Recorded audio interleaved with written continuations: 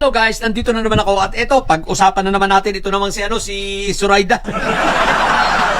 Si Attorney Suraida syempre si Attorney Suraida nagbigay ng statements about sa itong pagpapa-NBI ni Attorney Claire. Aba guys, eto isipin mo tamang pa-victim na ngayon anong pangalan ito? Si Attorney Suraida. Biktima na siya ngayon. What the heck? At ang sabi niya, ito raw pagpapa-NBI ni Attorney Claire, parang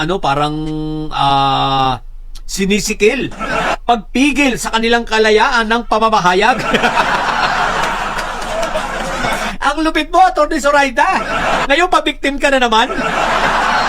Talaga itong itong mga didilis, itong mga vloggers ng didilis, guys, basta nasukol, basta naipit, automatic ang kasunod niyan, sila na ang biktima.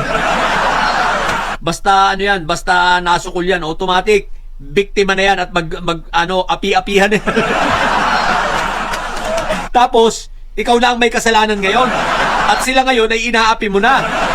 Isipin mo, pinipigil daw ang kanilang kalayaan sa pamamahayag at pagsasalita. Sinisikil, diba, ang kanilang kalayaan upang magsalita. What the heck?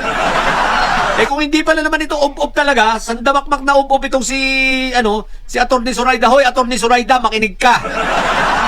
Kung hindi ka pala naman ob-ob, ano ba yung sinabi mo kay Attorney Claire? Di ba kayo ang nagsisikil?